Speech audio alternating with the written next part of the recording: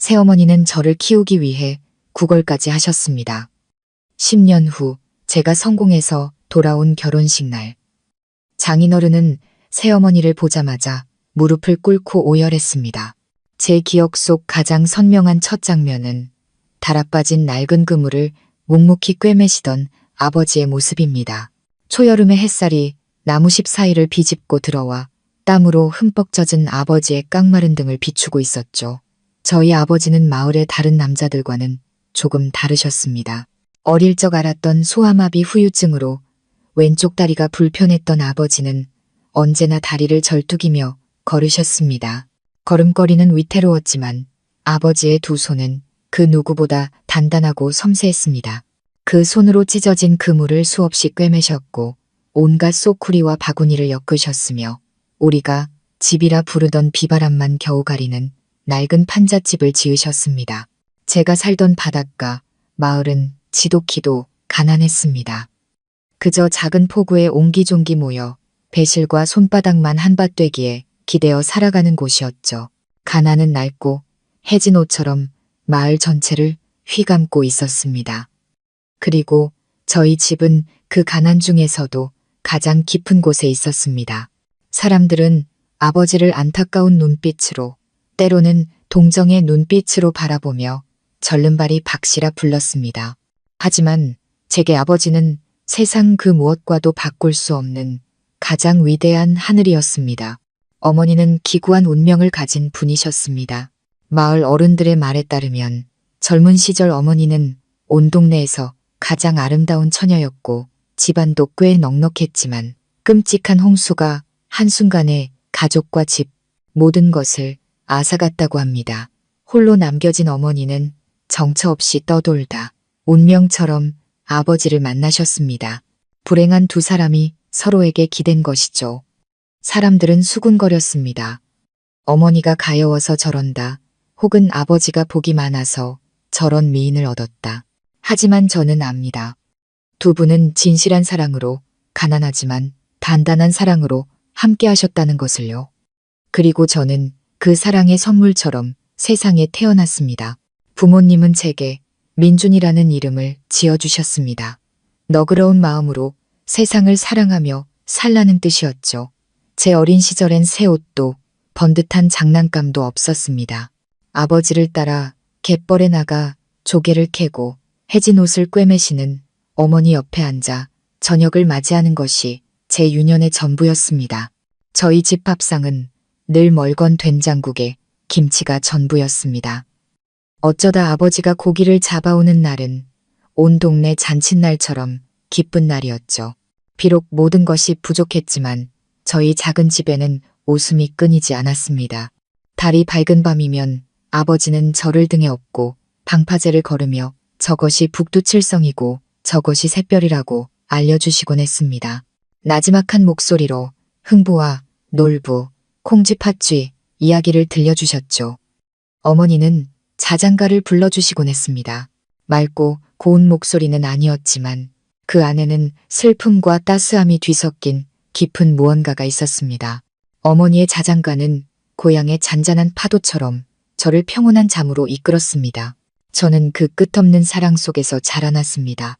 저는 단 한 번도 가난한 우리 집이, 몸이 불편한 아버지가 부끄럽지 않았습니다. 오히려 늘 자랑스러웠습니다.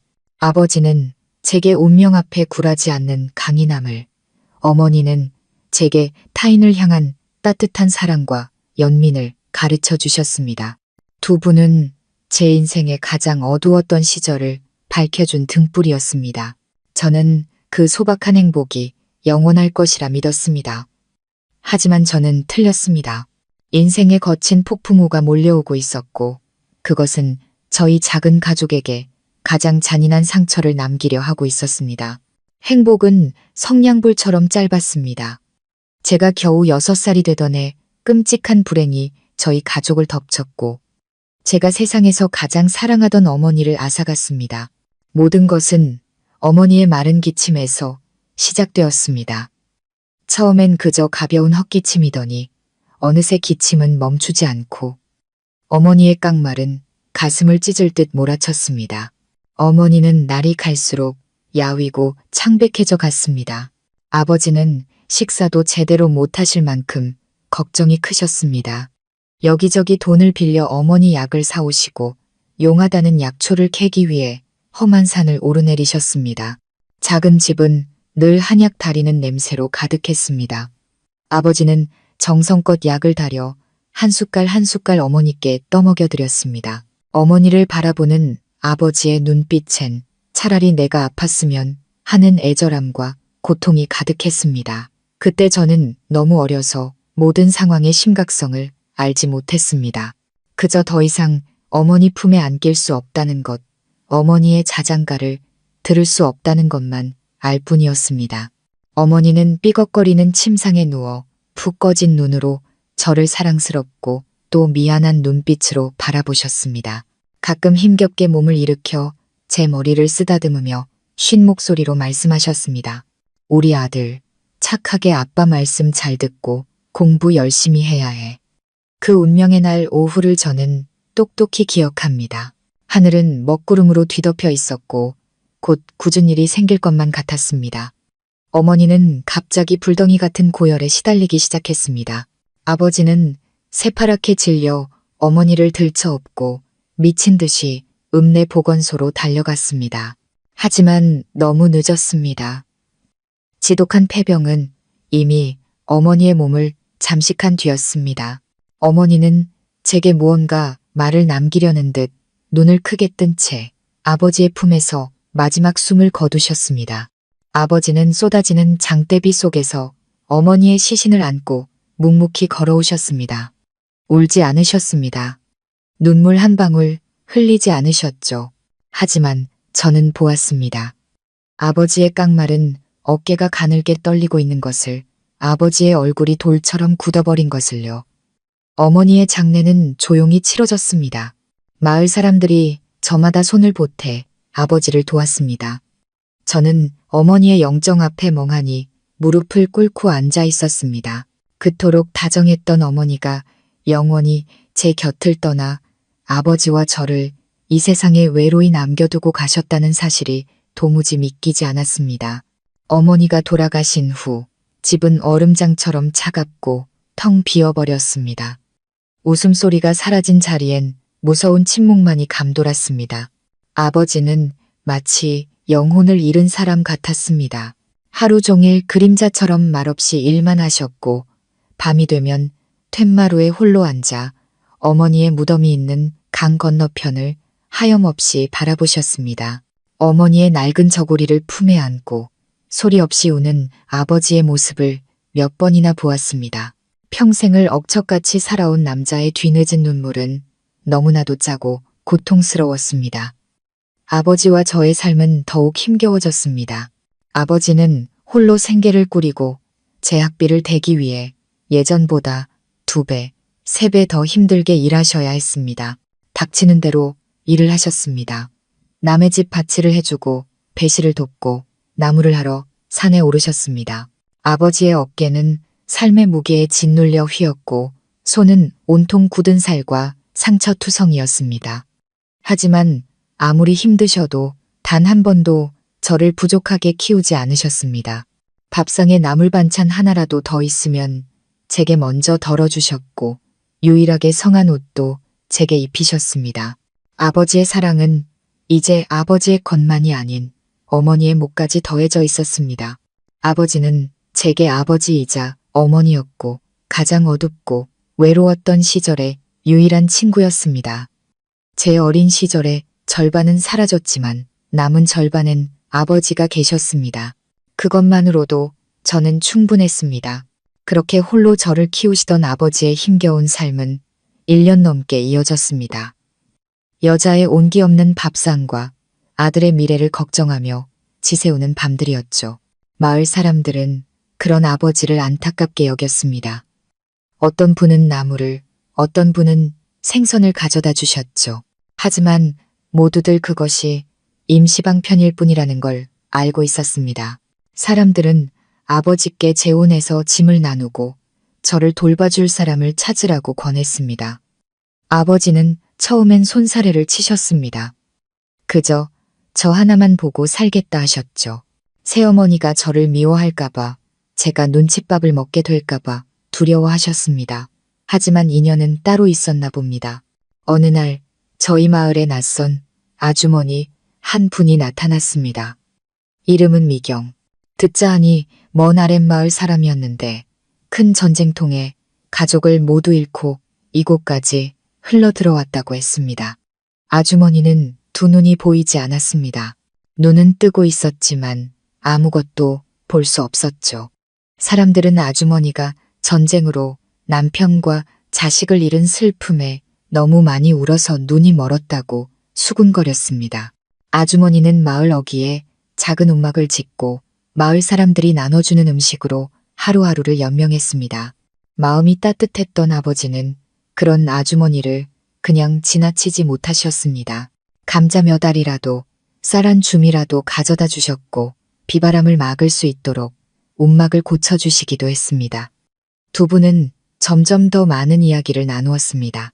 아버지는 불행한 그 아주머니에게서 깊은 동질감을 느끼시는 듯 했습니다. 두 분은 똑같이 상실의 아픔을, 똑같은 외로움을 안고 있었으니까요. 그러던 어느 날 아버지가 미경 아주머니의 손을 잡고 집으로 오셨습니다. 그리고는 제게 머뭇거리며 말씀하셨습니다. 민준아, 이제부터 이분이 내 엄마다. 저는 어렸지만 엄마라는 단어가 얼마나 소중한지 알고 있었습니다. 저는 눈앞의 아주머니를 바라보았습니다. 깡마르고 고단해 보이는 얼굴이었지만 어딘지 모르게 인자한 기운이 느껴졌습니다. 아무것도 보지 못하는 그 눈이 마치 제 마음속을 꿰뚫어 보는 것 같았습니다. 저는 두려운 마음에 아버지 등 뒤로 숨었습니다. 저 아주머니가 아버지를 빼앗아갈까봐, 저 아주머니가 저를 미워할까봐 두려웠습니다. 그때 제 머릿속엔 동화책 콩쥐팥쥐 속의 못된 계모가 떠올랐습니다. 하지만 미경 아주머니, 아니 새어머니는 제 걱정과 달리 행동하셨습니다. 억지로 제게 다가오려 하지 않으셨죠. 그저 묵묵히 집안일을 하셨습니다. 눈이 보이지 않는데도 손놀림은 놀랍도록 빠르고 정확했습니다. 집안은 깨끗해졌고 제 옷은 언제나 단정했습니다. 그때부터 아버지와 저의 밥상도 달라졌습니다. 따뜻한 국과 맛있는 생선조림이 올라왔습니다. 차갑던 저희 집에 마치 새로운 온기가 불어넣어진 듯 이상하리만치 따뜻해졌습니다. 저는 조금씩 경계심을 풀었습니다. 그리고 새어머니를 더 유심히 관찰하기 시작했습니다. 어둠 속에서 더듬거리며 물건을 찾는 모습, 문지방에 걸려 넘어져 이마가 부어올라도 신음 한 번 내지 않는 모습, 제 찢어진 옷을 서툴지만 한 땀 한 땀 정성껏 꿰매주시는 모습을 보았습니다. 밤이면 돌아가신 어머니처럼 자장가를 불러주시진 않았지만 대신 재미있는 옛날 이야기를 많이 들려주셨습니다. 아주머니의 따뜻하고 정감 있는 목소리는 저를 신비로운 이야기의 세계로 이끌었습니다. 어느 날 제가 심한 열병으로 끙끙 앓아누웠을 때였습니다. 새어머니는 뜬 눈으로 밤을 새우며 저를 간호해 주셨습니다. 따뜻한 물수건으로 계속 제 몸을 닦아주시고 약을 다려 먹여주셨습니다. 차가운 제 이마를 짚는 그 손길에서 저는 진심 어린 걱정과 사랑을 느낄 수 있었습니다. 제가 정신을 차렸을 때 가장 먼저 들린 것은 새어머니의 안도하는 한숨 소리였습니다. 하늘이 도우셨네. 우리 아들 괜찮구나. 그 순간 제 마음속 얼음벽이 전부 녹아내렸습니다. 저는 와락 울음을 터뜨리며 처음으로 불렀습니다. 엄마. 그 신성한 이름으로 아주머니를 부른 것은 그때가 처음이었습니다. 새어머니도 오셨습니다. 행복의 눈물이 뺨을 타고 흘러내렸습니다. 새어머니는 저를 꼭 껴안아 주셨습니다. 그 품은 돌아가신 어머니의 품처럼 따뜻했습니다. 그날 이후 제게는 두 번째 어머니가 생겼습니다. 저를 낳아주시진 않았고 제 얼굴을 볼 수도 없었지만 온 마음으로 저를 사랑해 주시는 어머니였습니다. 새어머니의 존재는 저희 가족에게 큰 변화를 가져왔습니다. 집은 더 이상 춥지 않았고 밥상은 더 이상 초라하지 않았습니다. 삶은 여전히 고단했지만 집 안에는 늘 웃음소리가 가득했습니다. 아버지는 천근만근 갔던 마음의 짐을 내려놓은 듯 보였습니다. 고된 하루 일을 마치고 돌아오면 따뜻한 밥상과 이야기를 나눌 사람이 있었으니까요. 아버지의 고단한 얼굴에도 웃음이 피어났습니다. 아버지와 새어머니는 저를 끔찍이 아끼셨습니다. 언제나 가장 좋은 것을 제게 먼저 주셨습니다. 밥그릇에 생선한 토막이라도 있으면 제게 얹어주셨고 새로 지은 옷이 있으면 제게 먼저 입히셨습니다.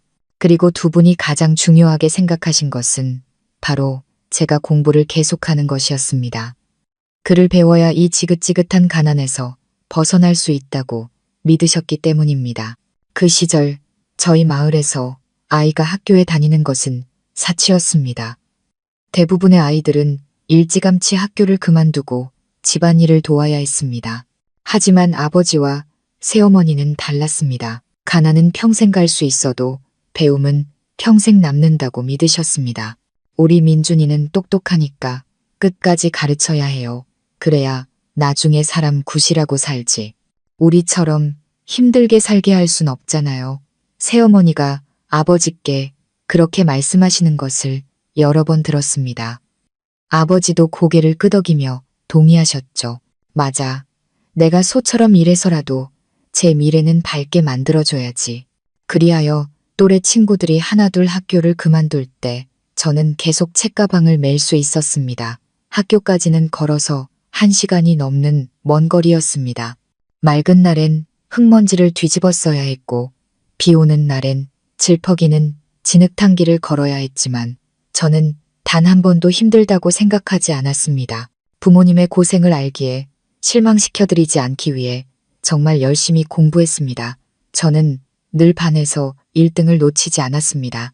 제 책과 공책은 언제나 깨끗했습니다. 그 책 한 권을 사기 위해 부모님이 얼마나 많은 땀을 흘리셨는지 잘 알았기 때문입니다. 학교가 끝나면 저는 다른 아이들처럼 놀러 다니지 않았습니다. 새어머니를 돕기 위해 집안일을 도맡아 했습니다. 청소하고 밥을 짓고 빨래를 했죠. 어머니의 눈이 되어드렸습니다. 어머니가 찾으시는 물건을 가져다 드리고 가고 싶어 하시는 곳에 손을 잡고 모셔다 드렸습니다. 닭모이를 주고 텃밭에 물을 주며 아버지를 돕기도 했습니다. 고단했지만 저는 정말 행복했습니다. 저희 집 형편도 조금씩 나아지기 시작했습니다.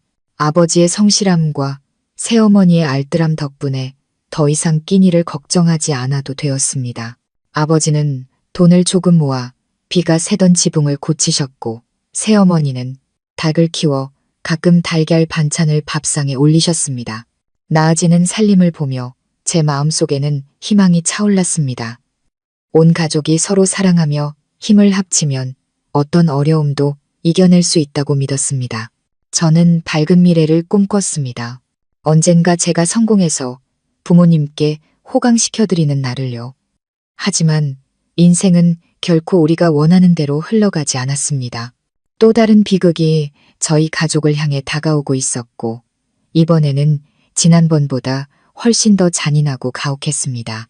제가 10살이 되던 해 제 세상은 또 한 번 무너져 내렸습니다. 우리가 애써 가꾼 그 작고 연약한 행복이 영원할 것이라 믿었는데 운명은 또다시 저희에게 치명타를 날렸습니다. 그해 겨울은 유난히 추웠습니다.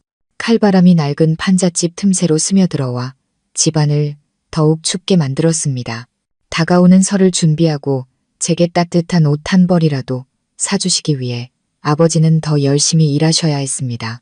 농사일 외에도 마을 뒷산에 올라가 나무를 해다 팔기 시작하셨습니다. 그 산은 험하고 높아 사람들이 잘 가지 않는 곳이었지만 대신 땔감이 많고 질이 좋았습니다. 그날 아침 며칠간 내리던 비가 그치고 모처럼 해가 났습니다. 아버지는 이른 새벽부터 일어나셨습니다. 새어머니는 주먹밥에 깨소금을 묻혀 아버지 손에 쥐어드렸습니다. 아버지는 제 머리를 쓰다듬으며 말씀하셨습니다. 민준아, 집에서 엄마 잘 돌보고 있어. 아빠, 금방 다녀올게. 저녁엔 맛있는 거 사올게. 아버지의 미소는 아침 햇살처럼 따뜻했지만 어째서인지 제 마음속에선 불길한 예감이 피어올랐습니다. 저는 아버지의 옷자락을 붙잡고 따라가겠다고 떼를 썼지만 아버지는 허락하지 않으셨습니다. 산길이 미끄럽고 위험해서 아이는 갈 수 없다고 하셨죠. 아버지는 지게를 짊어지고 톱을 든 채 마을 어귀 대나무 숲 뒤로 사라지셨습니다. 절뚝이는 아버지의 긴 그림자가 흙길 위에 드리워졌습니다. 저는 아버지의 모습이 작은 점이 되어 사라질 때까지 그 자리에 서서 아버지를 바라보았습니다. 그날 온종일 제 마음은 불길처럼 타들어갔습니다. 안절부절 못하며 계속해서 대문 밖을 내다보았죠. 새어머니가 그런 저를 보며 물으셨습니다. 왜 그러니? 아빠 걱정돼서 그래. 괜찮아. 내 아빠는 산길에 익숙하시잖니. 아무 일 없을 거야. 어머니의 위로도 저를 안심시키지는 못했습니다. 해가 지고 차가운 저녁 안개가 자욱하게 깔리기 시작했는데도 아버지는 돌아오지 않으셨습니다. 어머니가 차려주신 저녁밥은 차갑게 식어갔습니다. 제 마음은 점점 더 타들어갔습니다. 더 이상 기다릴 수 없었습니다. 저는 어머니께 말씀드렸습니다. 엄마, 저 아빠 찾아올게요. 어머니가 놀라 저를 말리셨지만 저는 듣지 않았습니다. 호롱불 하나를 집어들고 미친 듯이 집을 뛰쳐나와 산을 향해 달렸습니다. 어둠은 순식간에 내렸고 산으로 가는 길은 미끄럽고 가팔랐습니다. 칼날 같은 바람이 제 귓가를 스쳤습니다. 저는 걸으며 목이 터져라 외쳤습니다. 아빠, 아빠 어디 계세요? 제 목소리는 텅 빈 산 속에서 공허하게 맴돌다 메아리가 되어 돌아올 뿐이었습니다. 무서웠지만 아버지를 향한 걱정이 더 컸습니다. 저는 다리가 풀릴 때까지 걷고 또 외쳤습니다. 거의 절망하려던 순간 저 멀리서 횃불을 든 마을 사람들이 내려오고 있었습니다. 그들은 산에서 일하는 분들이었는데 날이 저물도록 아버지가 돌아오지 않자 저처럼 아버지를 찾아 나선 것이었습니다. 앞장서시던 이장님께서 저를 보시고는 어른들이 찾을 테니 어서 집으로 돌아가라고 하셨습니다. 하지만 저는 싫다고 버티며 그분들 뒤를 따랐습니다. 우리는 더 깊은 숲속으로 들어갔습니다. 아버지를 부르는 소리가 사방에서 울려 퍼졌습니다. 그때 누군가 비명을 질렀습니다. 모두가 그곳으로 달려갔습니다. 흔들리는 횃불 아래 끔찍한 광경이 눈앞에 펼쳐졌습니다. 아버지가 거대한 고목 아래 쓰러져 계셨고 그 옆에는 가득 채운 나무찜이 있었습니다. 썩어서 사가버린 거대한 나뭇가지가 부러져 아버지의 몸 위를 덮치고 있었습니다. 아버지의 머리에서 흘러나온 피가 주변 흙을 붉게 물들이고 있었습니다. 저는 세상이 멈추는 것을 느꼈습니다. 귀는 멍멍해졌고 눈앞이 캄캄해졌습니다. 저는 겨우 아빠 하고 비명을 지르며 그 자리에 쓰러졌습니다. 사람들이 몰려와 저를 흔들어 깨우고 아버지를 그곳에서 꺼내려 애썼습니다. 하지만 모든 것이 너무 늦었습니다. 아버지는 차갑고 외로운 산속에서 마지막 숨을 거두신 뒤였습니다. 아버지를 잃은 슬픔은 어머니를 잃었을 때보다 훨씬 더 격렬하고 잔인하게 제게 다가왔습니다. 그것은 제 여린 심장에 비수를 꽂는 것과 같았습니다. 저는 더 이상 흘릴 눈물조차 없었습니다.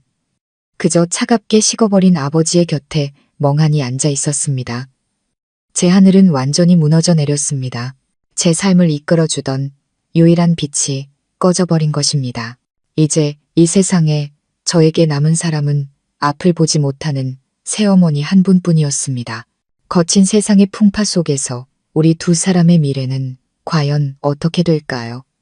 아버지의 장례식은 어머니의 장례식보다 더욱 쓸쓸하게 치러졌습니다. 가뜩이나 낡고 위태롭던 집은 더욱 춥고 삭막해졌습니다. 새어머니는 소리내어 울지 않으셨습니다. 그저 아버지의 관 옆에 조용히 앉아 깡마른 손으로 차가운 관을 어루만지실 뿐이었습니다. 보이지 않는 어머니의 눈에서는 눈물이 흐르지 않았지만 그 마음속 슬픔은 아마 바다보다 더 깊었을 겁니다. 자신을 유일하게 사랑해주고 보살펴주던 남자를 폭풍우 치는 인생의 마지막 기둥을 이르셨으니까요. 그리고 저는 그 끔찍한 충격 이후 말을 잃고 말수가 적은 아이가 되었습니다. 10살짜리 아이가 감당하기엔 너무나 큰 슬픔이었습니다. 저는 울지도 소리치지도 않고 그저 방구석에 조용히 앉아 제사상 위 아버지의 영정사진만 뚫어지게 바라보았습니다. 사진 속 아버지의 인자한 얼굴이 저를 보고 미소 짓는 것 같았지만 그 미소는 너무나도 멀게 느껴졌습니다. 또다시 고아가 되었다는 감정이 제 마음을 갈기갈기 찢어 놓았습니다. 어머니를 잃고 이제 아버지마저 잃었습니다. 저는 이제 기댈 곳 없는 아이가 되었습니다. 장례가 끝나고 마을 사람들이 모두 돌아가자 집안에는 무서운 침묵만이 남았습니다. 그날 밤 새어머니가 저를 곁으로 부르셨습니다. 그리고 저를 꼭 껴안아 주셨습니다. 새어머니의 온기가 슬픔을 덜어주진 못했지만 희미하게나마 안전하다는 느낌을 주었습니다. 어머니는 잠긴 목소리로 속삭이셨습니다. 민준아, 아빠는 가셨어. 이제 우리 집엔 너랑 나 둘뿐이야. 무서워하지 마. 엄마가 있잖아. 엄마는 절대 널 떠나지 않을 거야. 그 말을 듣는 순간 억눌러왔던 모든 감정이 터져 나왔습니다. 저는 어머니의 품에 안겨 목 놓아 울었습니다. 기구한 제 운명을 향해, 돌아가신 아버지와 어머니를 향해, 그리고 암담한 미래를 향해 울부짖었습니다. 새어머니도 저를 따라 우셨습니다. 그렇게 우리는 캄캄한 밤 서로를 부둥켜 안고 한참을 울었습니다. 눈물은 서로 뒤섞여 짜디짰습니다. 그 후의 나날들은 제 인생에서 가장 어두운 시간이었습니다. 당장 먹고 사는 것이 가장 큰 걱정이 되었습니다. 장례식 때 마을 분들이 쥐어주신 얼마 안 되는 돈도 금세 바닥이 났습니다. 어둠 속에서 더듬거리며 힘겹게 움직이시는 눈먼 어머니를 볼 때마다 제 가슴은 미어졌습니다. 저는 더 이상 어린아이가 아니라고 생각했습니다. 제가 이 집의 가장으로서 책임을 져야 했습니다. 며칠 밤낮을 고민한 끝에 저는 결심을 했습니다. 새어머니 앞에 서서 저는 또렷한 목소리로 말했습니다. 엄마, 저 이제 학교 안 갈래요. 제가 이래서 엄마를 먹여 살릴게요. 쌀을 고르시던 새어머니의 손이 멈췄습니다. 감정 없는 얼굴을 제 쪽으로 돌리셨지만 그 목소리에서는 놀라움이 느껴졌습니다. 너 뭐라고 했니? 저 학교 그만두겠다고요. 저 이제 다 컸어요. 나가서 돈 벌 수 있어요. 엄마 혼자 고생하게 둘 수 없어요. 제가 단호하게 말했습니다. 그러자 새어머니는 벌떡 일어나 더듬거리며 벽에 세워둔 지팡이를 찾으셨습니다. 그리고는 떨리는 걸음으로 제게 다가오셨습니다. 그렇게 화가 난 어머니의 모습은 처음이었습니다. 누가 너한테 그런 생각을 하라고 했어? 누가 너한테 학교를 그만둘 권리를 줬냔 말이다. 내 아빠가 죽기 전에 너만큼은 꼭 공부시켜서 사람 만들라고 나한테 신신당부를 했어. 네, 아빠와의 약속을 내가 어기게 만들 셈이냐. 하지만 집에 쌀이 다 떨어졌잖아요.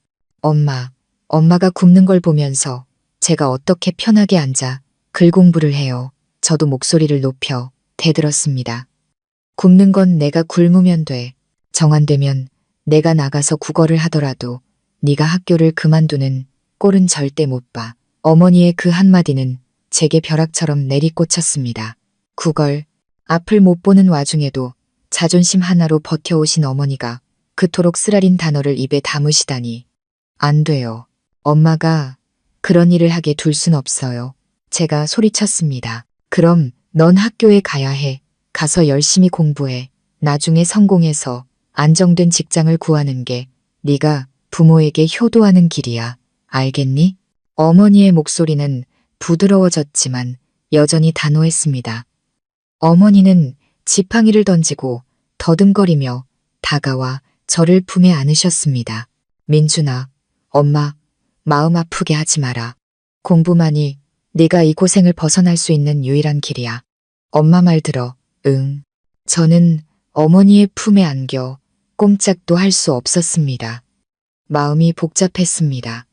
어머니를 사랑했지만 공부도 하고 싶었습니다. 어머니의 말씀이 옳다는 것을 알았지만 눈앞의 비참한 현실을 외면할 수 없었습니다.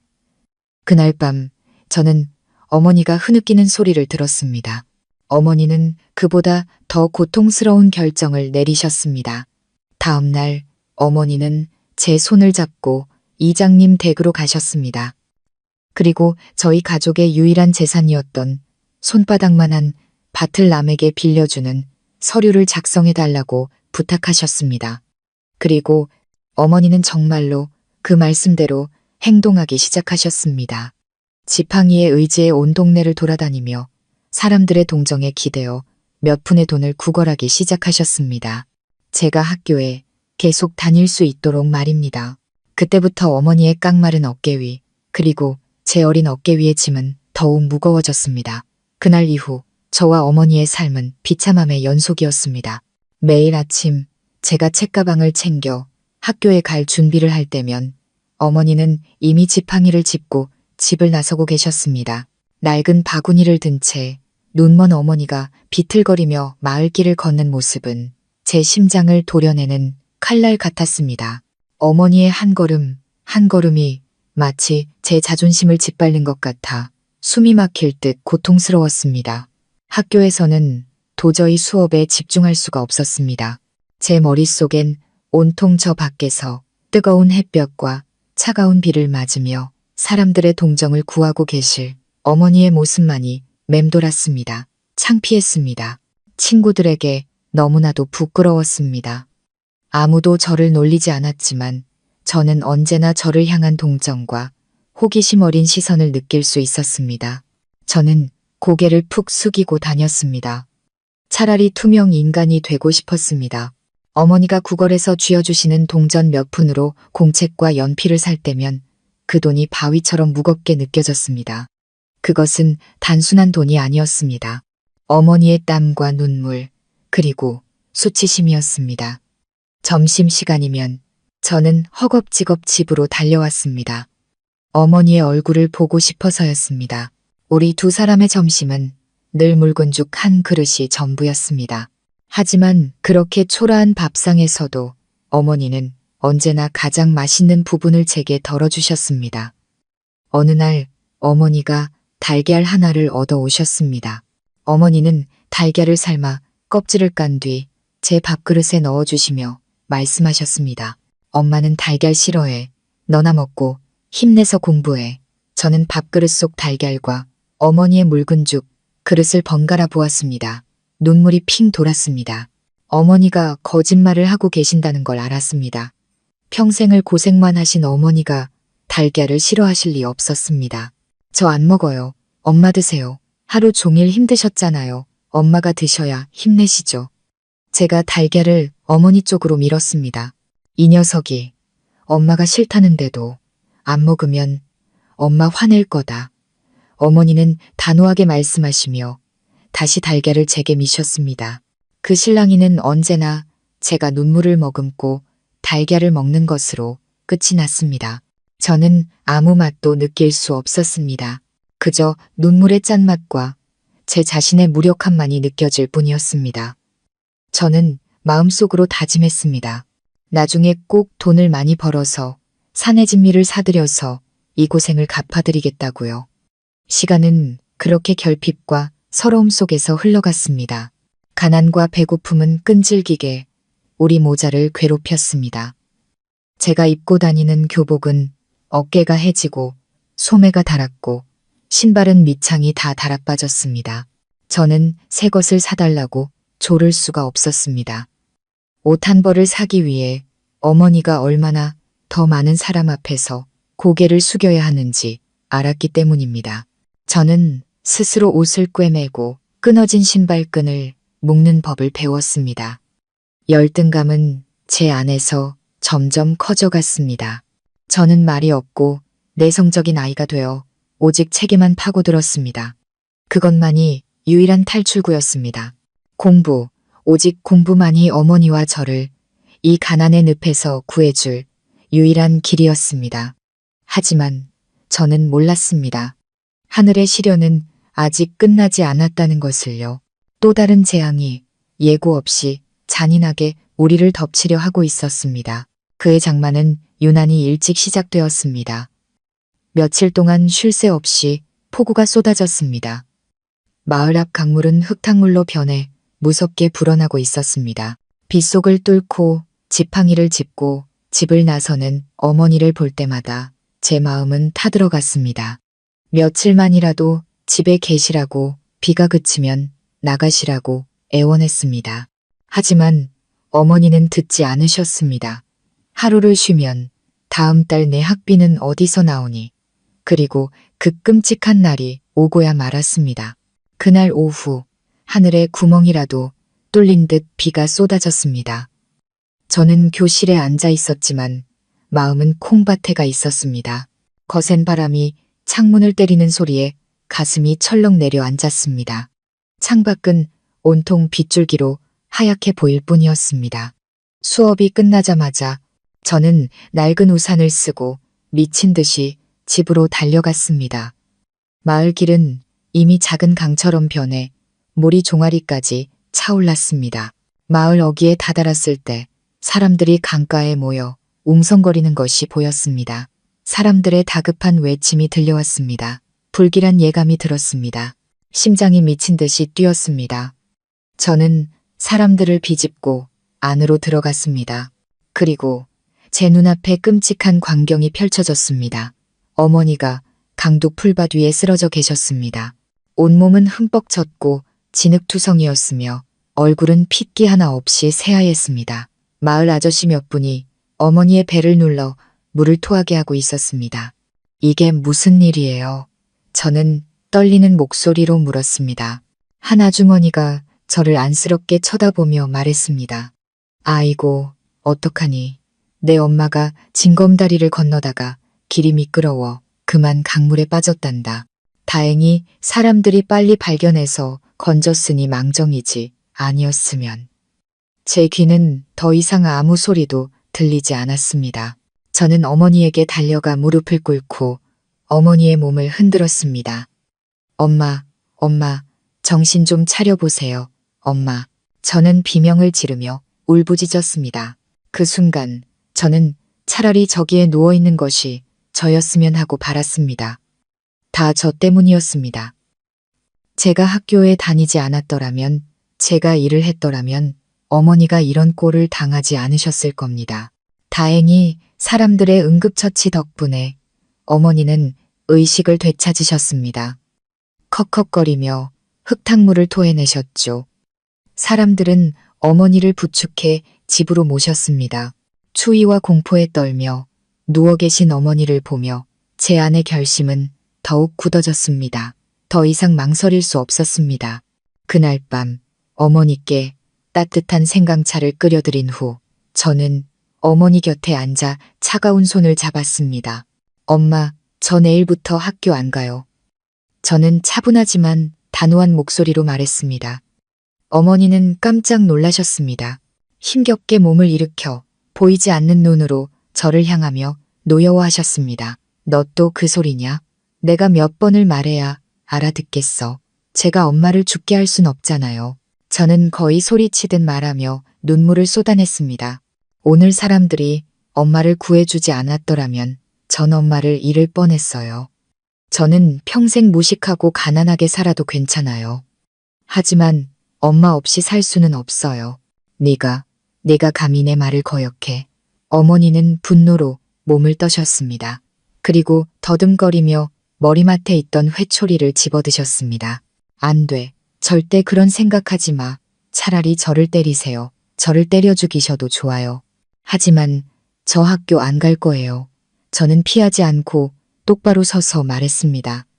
짝, 날카로운 소리와 함께 불같은 따귀가 제 뺨에 날아왔습니다. 어머니가 평생 처음으로 저를 때리신 것이었습니다. 저는 아파서가 아니라 충격으로 그 자리에 얼어붙었습니다. 어머니도 놀라신 듯 허공에서 손을 떨고 계셨습니다. 회초리가 힘없이 바닥으로 떨어졌습니다. 어머니의 얼굴에서 분노가 사라지고 그 자리에 깊은 고통이 들어섰습니다. 어머니는 목 놓아 우시며 저를 꼭 껴안으셨습니다. 민준아, 내 아들아, 엄마가 미안하다. 일부러 그런 게 아니야. 엄마는 그저 두려워서 네가 아빠처럼, 엄마처럼 고생하며 살게 될까봐 너무 무서워서 그랬어.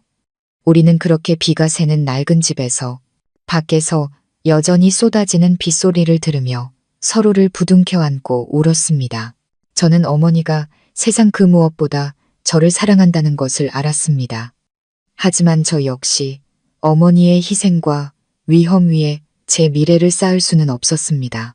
제 머릿속에 큰 결심이 섰습니다. 제 인생을 완전히 바꿔놓을 결정이었습니다. 그날 밤의 비는 제 마음속 마지막 망설임까지 씻어내는 듯했습니다. 다음 날 아침, 저는 더 이상 우는 소년이 아니었습니다. 지난 밤, 어머니와 저는 눈물이 그친 뒤에도 밤새도록 조용히 앉아 있었습니다. 저는 어머니께 강가에 쓰러져 있던 어머니를 보았을 때 얼마나 무서웠는지, 어머니가 구걸해 오신 돈을 받을 때마다 얼마나 마음이 찢어지는 것 같았는지 모두 털어놓았습니다. 글 공부도 중요하지만 어머니의 목숨과 평안이만 배는 더 소중하다고 말씀드렸습니다. 사람이 되는 길은 여러 가지가 있지만 제게 어머니는 오직 한 분뿐이라고요. 긴 대화 끝에 어머니는 더 이상 저를 꾸짖거나 때리지 않으셨습니다. 그저 조용히 제 이야기를 들어주시며 제 손을 꼭 잡고 계셨습니다. 아마 제 확고한 결심을 이해하셨을 겁니다. 어쩌면 어머니도 이 위태로운 삶에 너무나 지치셨을지도 모릅니다. 마침내 어머니는 깊은 한숨을 내쉬었습니다. 그 한숨에는 한 어머니의 모든 무력함과 고통이 담겨 있는 듯 했습니다.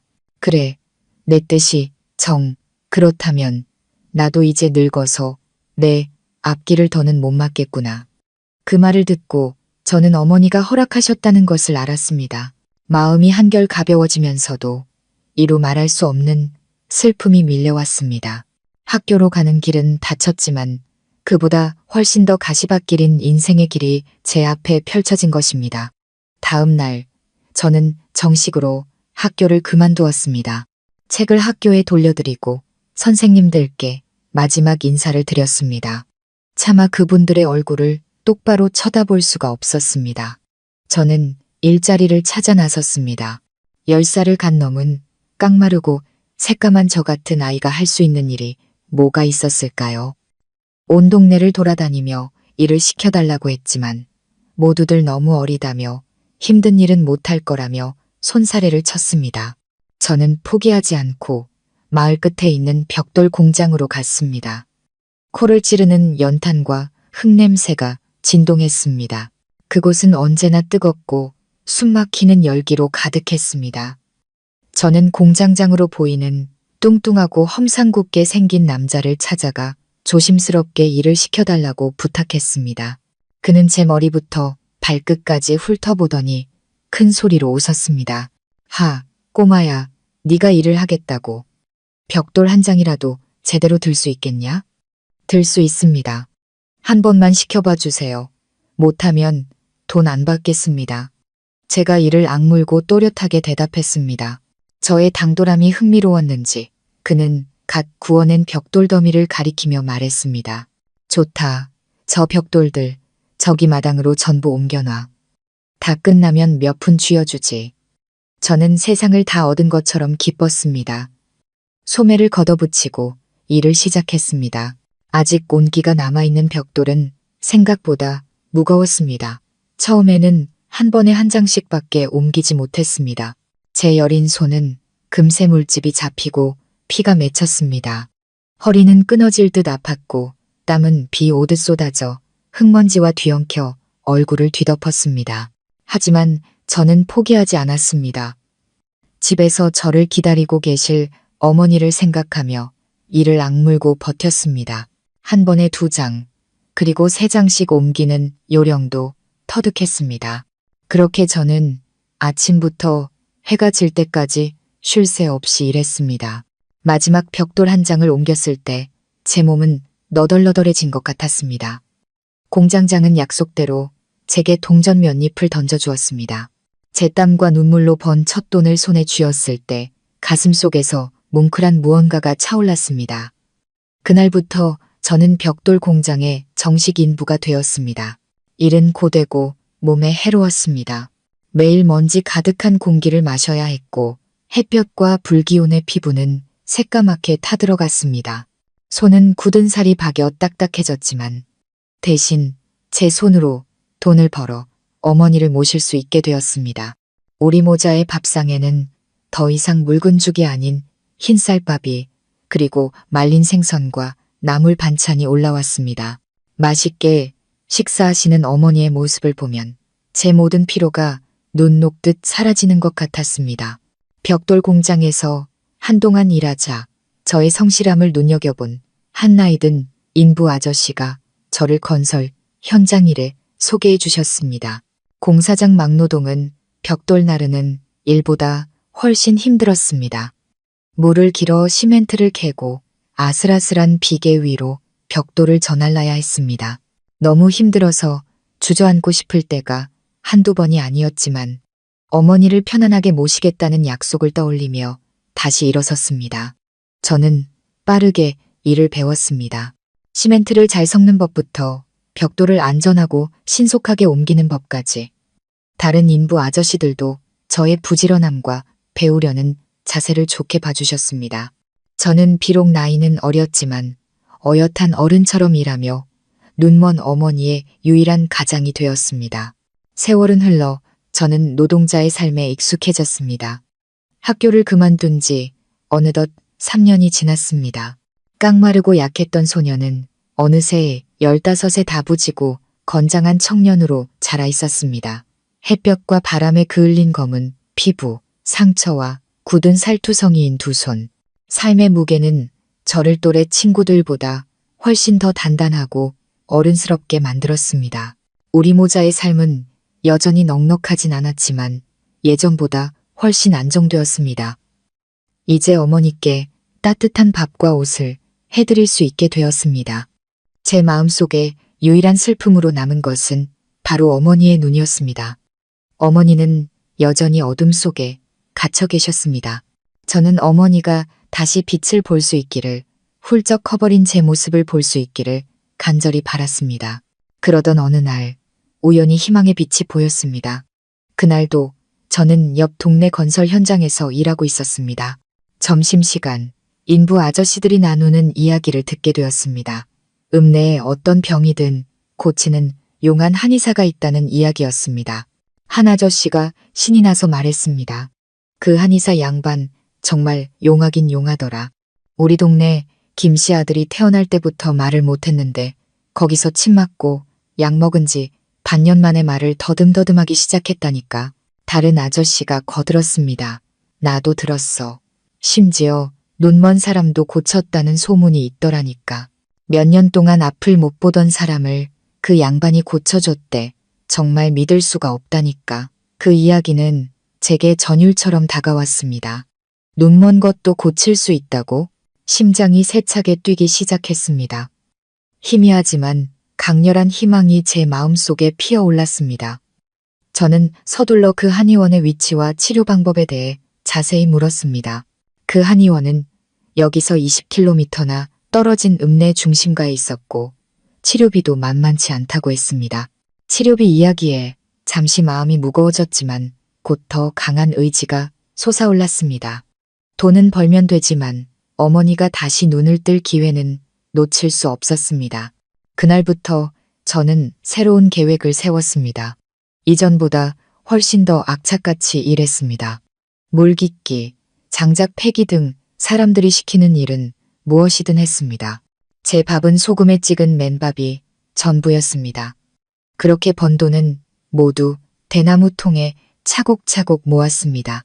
1년 가까이 뼈 빠지게 일하고 돈을 모은 끝에 마침내 꽤 큰 돈이 모였습니다. 저는 어머니를 모시고 병원에 가기로 결심했습니다. 제 계획을 말씀드리자 어머니는 처음엔 손사래를 치셨습니다. 아니다, 민준아. 쓸데없는데 돈 쓰지 마라. 내 눈은 이 지경이 된 지 몇 년인데 고친다고 나을 리가 있겠니? 그 돈 모아서 내 자신을 위해 써. 나중에 장가도 가야지. 그렇게 말씀하셨지만 저는 어머니 마음 깊은 곳에서도 빛을 보고 싶은 갈망이 있다는 것을 알 수 있었습니다. 그저 돈이 아까워서 제게 짐이 될까봐 그러시는 것이었습니다. 저는 끈질기게 어머니를 설득했습니다. 이것이 제 평생의 가장 큰 소원이라고, 한번 시도조차 해보지 않으면 평생 후회할 것 같다고 말씀드렸습니다. 마침내 제 고집에 어머니도 허락하셨습니다. 다음 날 아침 우리는 아주 일찍 일어났습니다. 저는 난생 처음으로 용달차를 빌렸습니다. 우리 모자에게는 최고급 승용차나 다름없었습니다. 읍내로 가는 길은 울퉁불퉁했지만 제 마음은 기쁨으로 가득 차 있었습니다. 저는 어머니의 손을 잡고 복잡한 시내를 걸었습니다. 모든 것이 신기했습니다. 마침내 우리는 한의원을 찾았습니다. 아담한 기와집이었고 마당에는 온갖 약초가 가득했습니다. 한의사는 머리가 희끗희끗한 노인이었습니다. 체구는 작았지만 눈빛만은 총명하고 인자했습니다. 어머니의 맥을 짚고 눈을 자세히 살핀 그는 잠시 침묵하더니 말했습니다. 어머님의 눈은 장기가 손상된 것이 아니라 마음의 병으로 인해 생긴 것입니다. 아주 큰 충격을 받아 기혈이 막히고 그 기운이 눈으로 통하지 못하게 된 것이지요. 어려운 병이지만 고칠 방법이 없는 것은 아닙니다. 꾸준히 침을 맞고 약을 먹어야 할 겁니다. 희망이 있다는 말에 저는 기쁨의 눈물을 흘렸습니다. 그때부터 우리 모자의 기나긴 치료 여정이 시작되었습니다. 며칠에 한 번씩 저는 어머니를 모시고 읍내로 가침을 맞았습니다. 약값과 차비는 엄청났습니다. 제가 그동안 모았던 돈은 금세 바닥을 드러냈습니다. 저는 다시 어머니의 치료비를 벌기 위해 미친 듯이 일에 매달렸습니다. 어느덧 반년이 지났지만 어머니의 병세는 별다른 차도가 없었습니다. 어머니는 점점 지쳐가셨고 몇 번이나 포기하려 하셨지만 저는 그럴 수 없었습니다. 저는 계속 어머니를 격려하며 한의사의 말을 믿었습니다. 그리고 마침내 기적이 정말로 일어났습니다. 어느 날 오후였습니다. 한의사가 어머니의 눈 주위 혈자리에서 마지막 침을 뽑았을 때 어머니가 갑자기 아 하는 소리를 내셨습니다. 어머니는 계속 눈을 깜박이시더니 떨리는 손으로 창문을 가리키셨습니다. 민준아, 엄마 눈에 뭔가 희미하게 보여 심장이 멎는 것 같았습니다. 저는 황급히 어머니를 부축해 창가로 갔습니다. 해질녘의 약한 햇살이 방 안으로 들어오고 있었습니다. 어머니는 눈을 가늘게 뜨시더니 마침내 놀라움에 찬 목소리로 외치셨습니다. 보인다. 보여. 흐릿하지만 내 모습이 보여. 민준아. 그 순간 온 세상이 행복으로 터져나가는 것 같았습니다. 저는 어머니를 끌어안고 빗물처럼 눈물을 쏟아냈습니다. 어머니도 오셨습니다. 어머니는 떨리는 손을 들어 처음으로 더듬거리지 않고 제 얼굴을 보며 만지셨습니다. 이게 우리 아들이구나. 이렇게 컸구나. 이렇게 늠름해졌구나. 어머니는 울면서 웃으셨습니다. 제가 평생 본 미소 중에 가장 아름다운 미소였습니다. 반년간의 고된 노력과 땀, 눈물이 마침내 가장 달콤한 결실을 맺은 것입니다. 어머니에게 빛이 돌아왔고 우리 모자 앞에도 더 밝은 미래가 열리고 있었습니다. 어머니가 다시 앞을 보시게 된 기쁨은 메말랐던 제 영혼을 적시는 단비와 같았습니다. 매일매일 어머니의 시력은 조금씩 좋아졌습니다. 처음에는 희미한 형체만 보이던 것이 점차 집안의 물건들, 구불구불한 마을길, 그리고 무엇보다 가장 중요한 제 얼굴을 뚜렷하게 보실 수 있게 되었습니다. 어머니는 종종 몇 시간이고 저를 바라보곤 하셨습니다.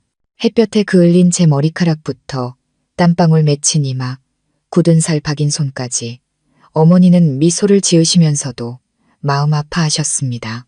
우리 아들 그동안 고생 많았구나. 작은 집은 그때부터 웃음소리로 가득 찼습니다. 어머니는 이제 혼자서 모든 일을 하실 수 있었습니다.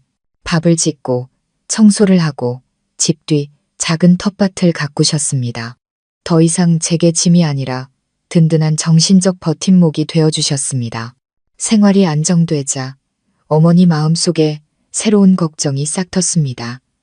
바로 저의 미래, 저의 학업 문제였습니다. 어느 날 저녁 식사 후 어머니는 진지하게 말씀하셨습니다. 민준아, 이제 엄마 눈도 다 나았고 엄마 혼자서도 잘 지낼 수 있어. 그러니 너 다시 학교에 돌아가는 게 어떻겠니? 설거지를 하던 제 손이 멈칫했습니다. 저는 멋쩍게 웃었습니다.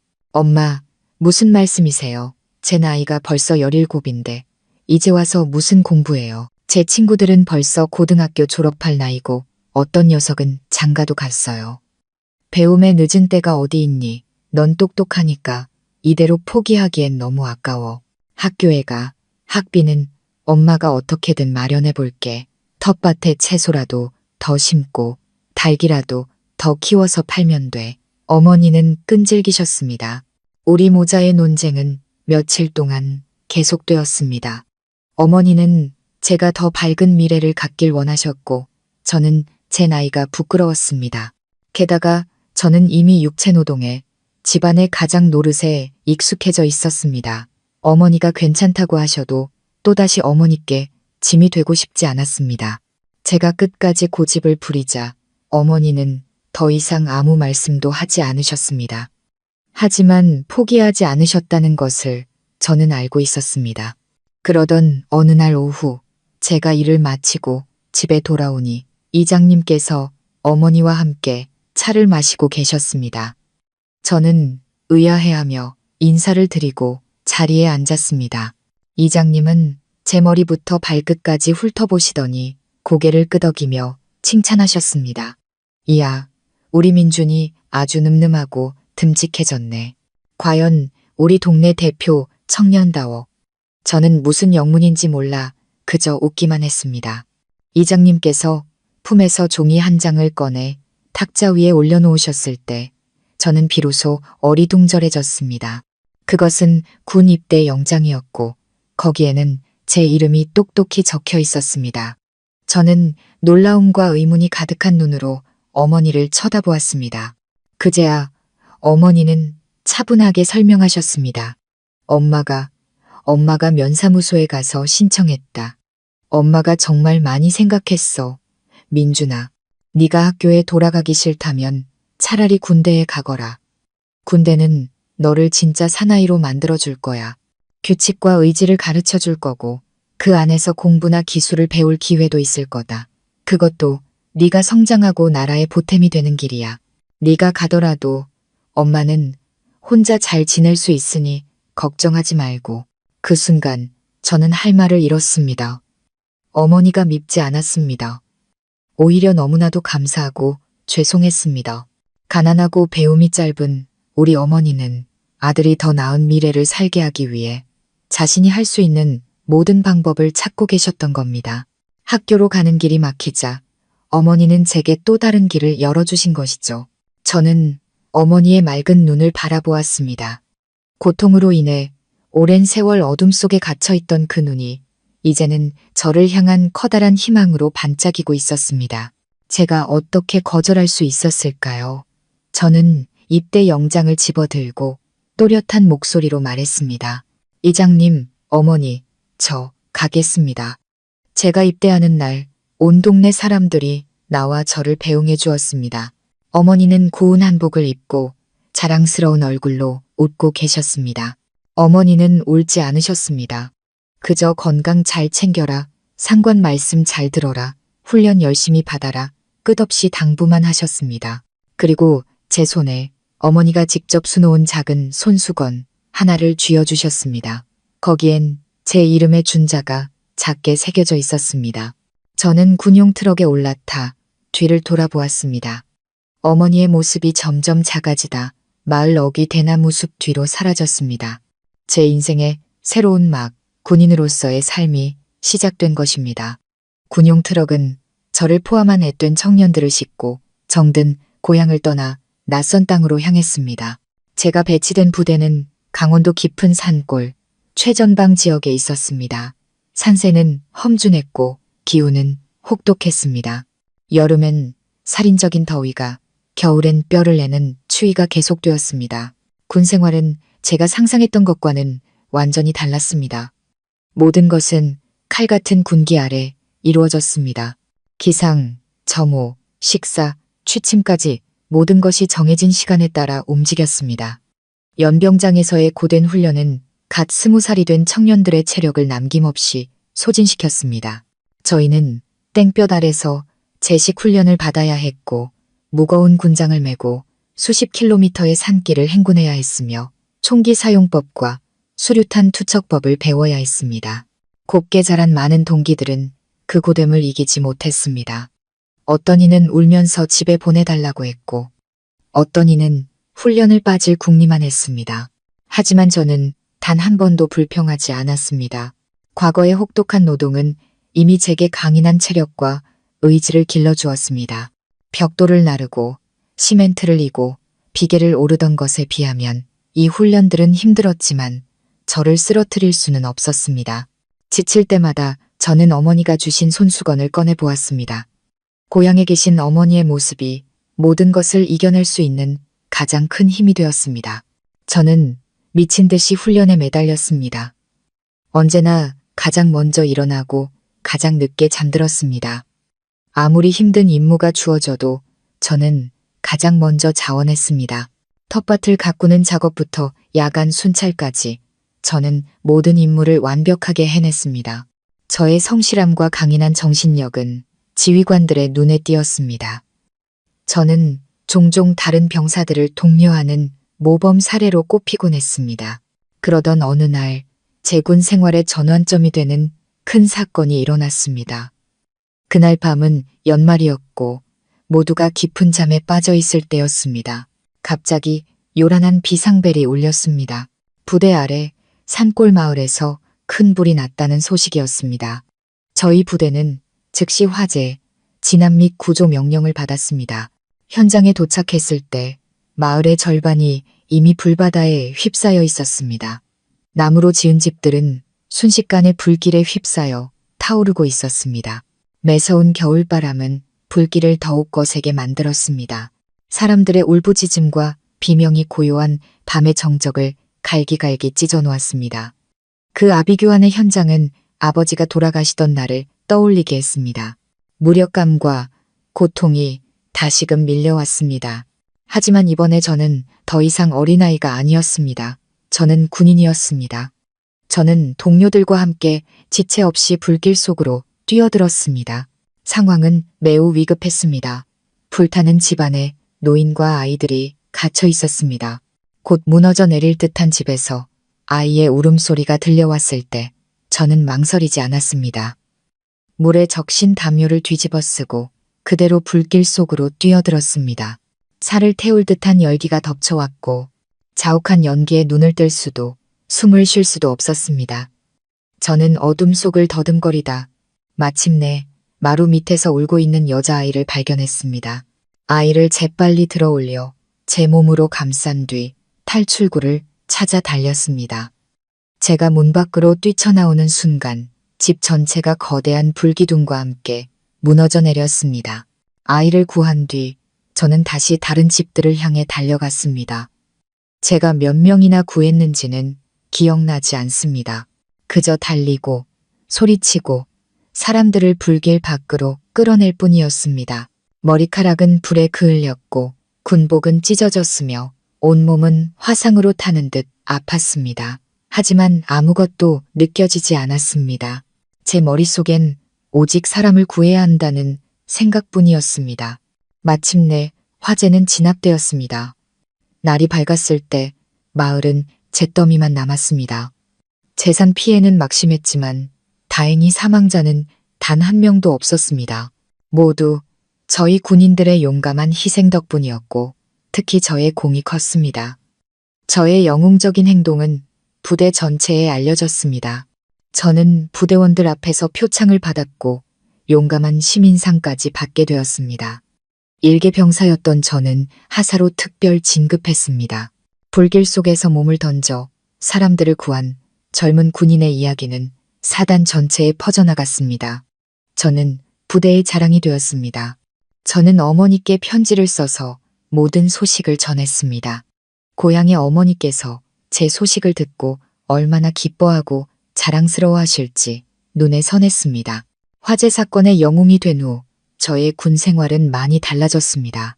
진급뿐만 아니라 동료들과 지휘관들로부터 깊은 신뢰와 존경을 받게 되었습니다. 하지만 그 용기의 대가는 등과 양팔에 남은 심한 화상 자국이었습니다. 저는 한동안 군 병원에서 치료를 받아야 했습니다.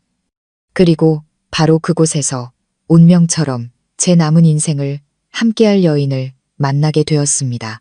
제 상처를 직접 치료해준 사람은 혜진이라는 이름의 젊은 간호장교였습니다. 처음 그녀를 보았을 때 저는 할 말을 잃었습니다. 화려한 미모는 아니었지만 군인 특유의 단정하고 맑은 아름다움을 지니고 있었습니다. 짧게 자른 검은 머리, 희고 고운 피부, 그리고 특히 그녀의 눈, 그 눈은 가을 호수처럼 맑고 다정했습니다.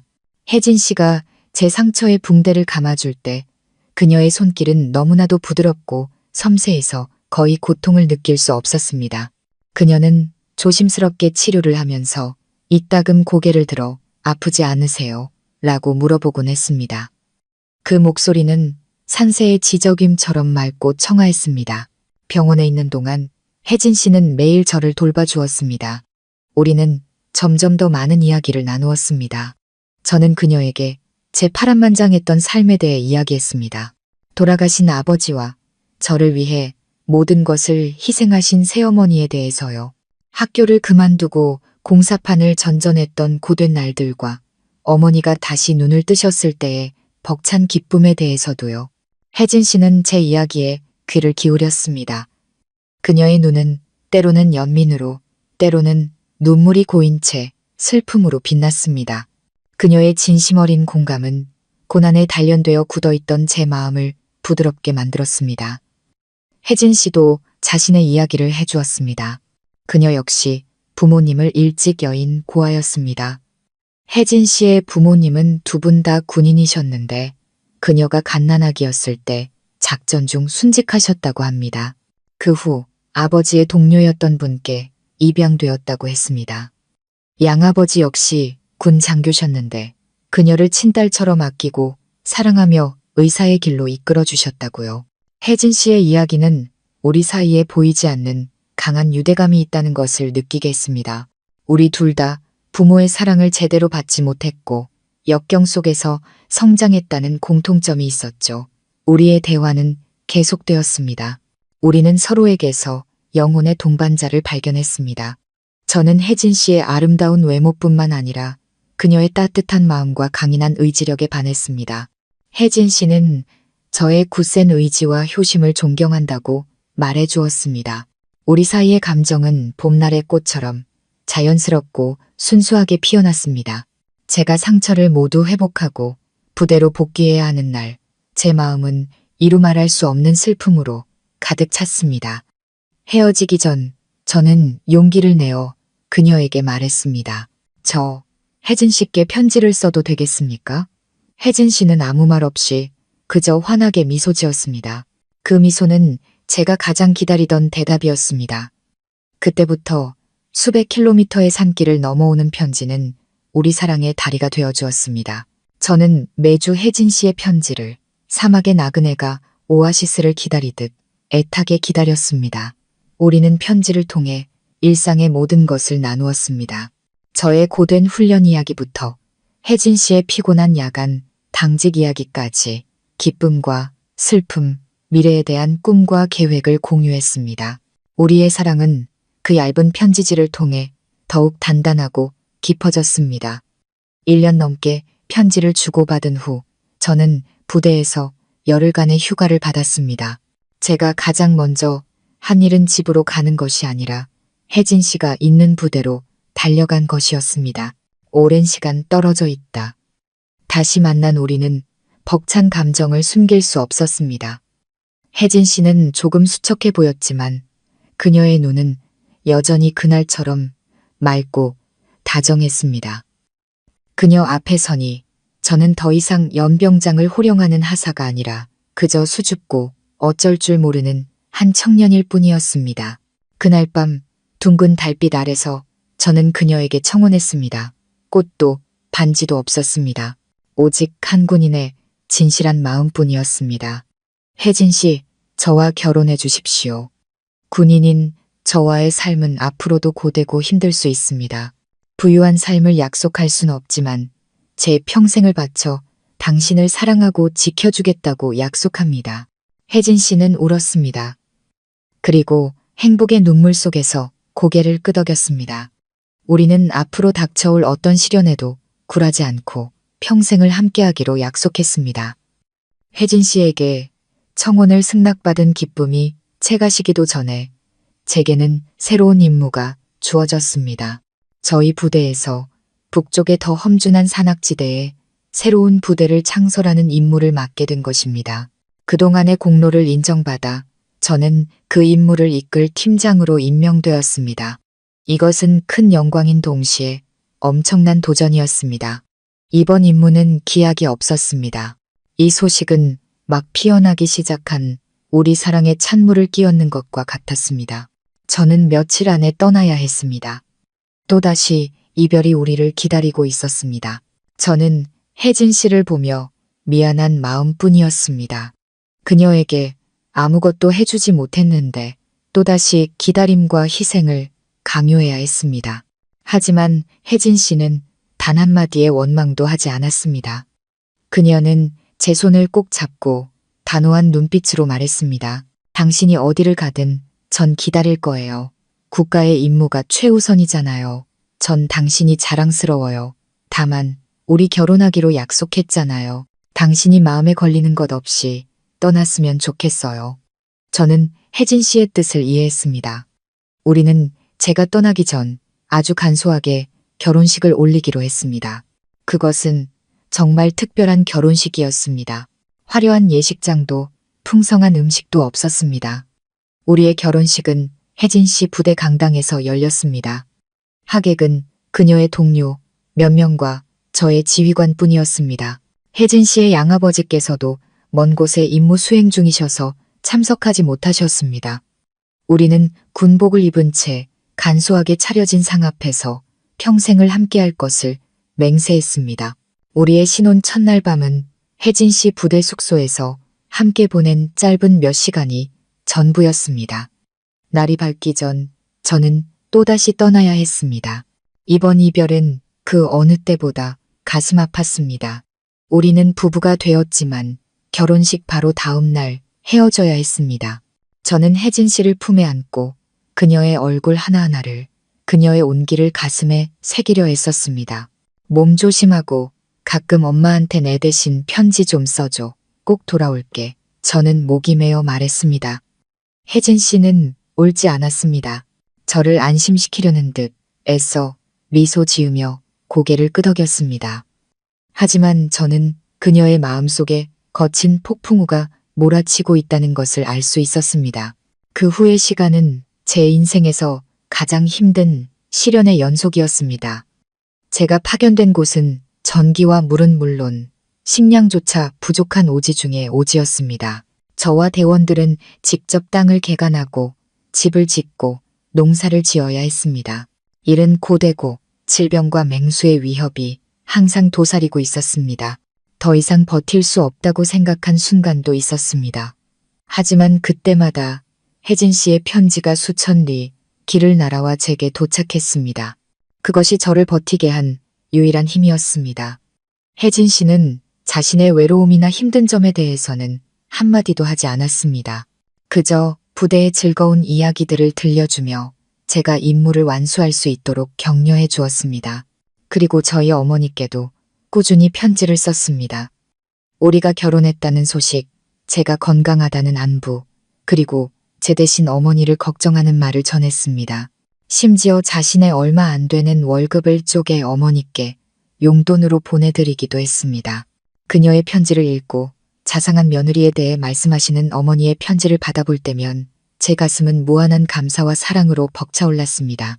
저는 반드시 살아 돌아가 제가 가장 사랑하는 두 여인과 함께하겠다고 다짐했습니다. 그렇게 5년이라는 긴 세월이 흘렀습니다. 우리는 오직 편지를 통해서만 만날 수 있었습니다. 우리의 사랑은 희미해지기는커녕 시간과 공간의 시련 속에서 더욱 강렬하고 단단해졌습니다. 혜진 씨의 희생과 변함없는 사랑은 제 군 생활의 가장 어두운 시절을 밝혀준 등대였습니다. 5년간의 헌신적인 임무 수행과 부대 발전에 기여한 공로를 인정받아 저는 대대장으로 진급했습니다. 그리고 진급보다 더 기뻤던 소식은 바로 혜진 씨가 기다리고 있는 원래 부대로 복귀하라는 명령이었습니다. 발령 통지서를 받아든 순간 저는 눈물을 참을 수 없었습니다. 5년. 한 사람의 인생에서는 길지 않은 시간일 수 있지만 우리에게는 청춘 전체를 건 기다림과 희망의 시간이었습니다. 마침내 재회의 날이 왔습니다. 저는 혜진 씨에게 돌아가는 날짜를 알리지 않았습니다. 깜짝 놀라게 해주고 싶었기 때문입니다. 군용차가 병원 정문 앞에 멈춰 섰습니다. 저는 새로운 군복을 입고 어깨에는 지휘관의 계급장을 단 채 차에서 내렸습니다. 심장이 세차게 뛰었습니다. 저는 우리가 처음 만났던 그 익숙한 때를 지나갔습니다. 여전히 코를 찌르는 소독약 냄새, 바쁘게 오가는 의사와 간호사들의 흰 가운. 수소문 끝에 혜진 씨가 사무실에 있다는 것을 알게 되었습니다. 저는 조심스럽게 문을 열고 들어갔습니다. 혜진 씨는 등을 보인 채 책상에 앉아 무언가를 열심히 쓰고 있었습니다. 머리카락은 조금 더 길어 보였고 가녀린 어깨는 예전 그대로였습니다. 인기척에 그녀가 뒤를 돌아보았습니다. 우리의 눈이 마주친 순간 모든 것이 멈췄습니다. 혜진 씨는 그 자리에 얼어붙었고 손에 들고 있던 펜이 책상 위로 떨어졌습니다. 그녀의 눈은 놀라움으로 커졌고 이내 두 뺨 위로 눈물이 흘러내리기 시작했습니다. 당신, 혜진 씨는 겨우 한마디를 내뱉었습니다. 저는 그녀에게 빠르게 다가가 5년 동안 그리워했던 아내를 힘껏 끌어안았습니다. 나 왔어, 혜진아. 당신에게 돌아왔어. 우리는 아무 말 없이 그저 서로를 부둥켜 안고 행복의 눈물을 흘렸습니다. 모든 기다림과 그리움, 고통이 그 단단한 포옹 속에서 모두 녹아내렸습니다. 수많은 시련을 이겨낸 우리의 사랑은 마침내 아름다운 결실을 맺은 것입니다. 그 후의 나날들은 제 인생에서 가장 행복한 시간이었습니다. 우리는 비로소 진짜 부부의 삶을 살게 되었습니다. 부대에서 장교 숙소를 배정받아 우리는 함께 우리의 작은 보금자리를 꾸몄습니다. 매일 아침 제가 출근하고 저녁에 돌아오면 혜진 씨는 따뜻한 저녁밥을 차려놓고 저를 기다렸습니다. 우리는 함께 이야기를 나누고 산책을 했습니다. 그 소박한 행복이 우리에게는 너무나도 소중했습니다. 혜진 씨와 함께 살면서 저는 그녀를 더욱 사랑하고 존경하게 되었습니다. 하지만 제 마음 한구석에는 늘 무언가 걸리는 것이 있었습니다. 저는 혜진 씨에게 제대로 된 결혼식을 올려주지 못한 것, 양가 부모님께 정식으로 인사드리지 못한 것이 늘 미안했습니다. 그리고 무엇보다 어머니께 죄송했습니다. 홀로 고향을 지키신 어머니는 아직 며느리의 얼굴을 한 번도 보지 못하셨습니다. 그저 편지와 제 이야기를 통해서만 혜진 씨를 알고 계셨죠. 저는 두 사람 모두에게 빚을 갚아야겠다고 결심했습니다. 어느 날 저녁 저는 혜진 씨에게 말했습니다.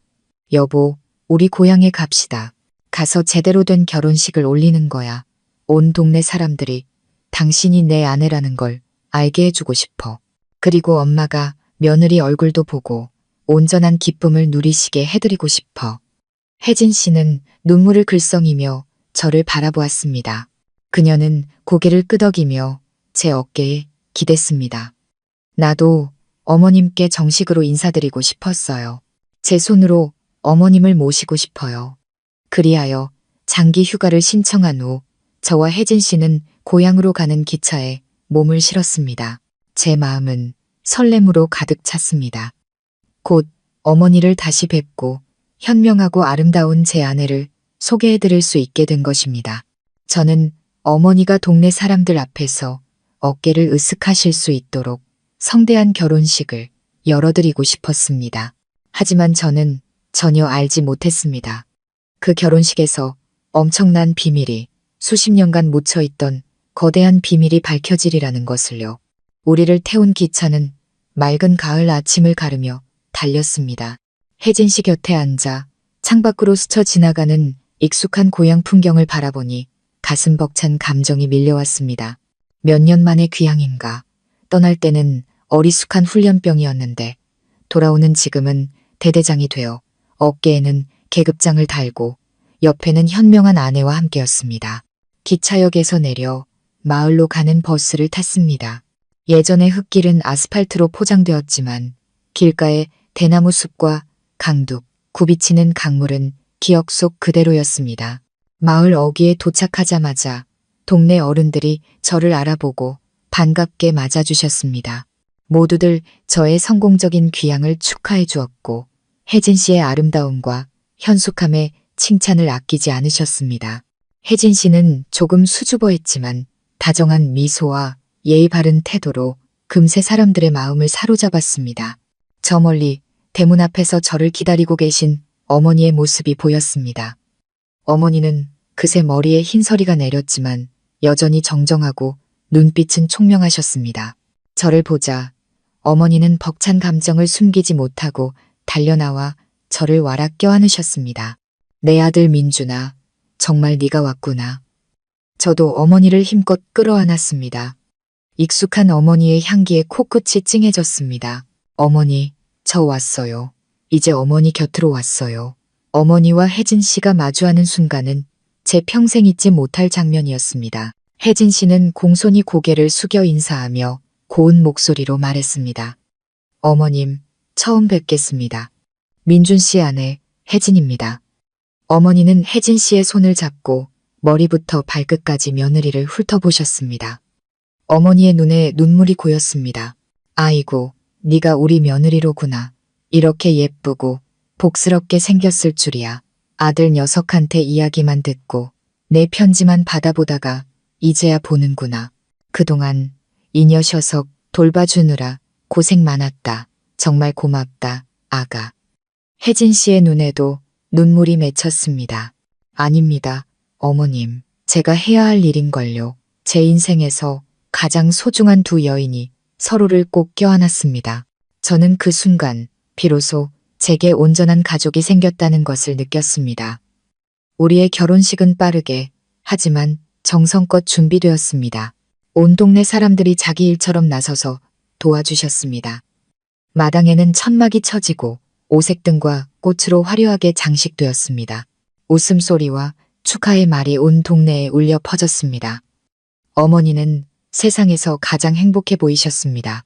고운 한복을 차려입고 입가에 미소를 머금은 채 하객들을 맞이하며 아들과 며느리를 자랑하셨습니다.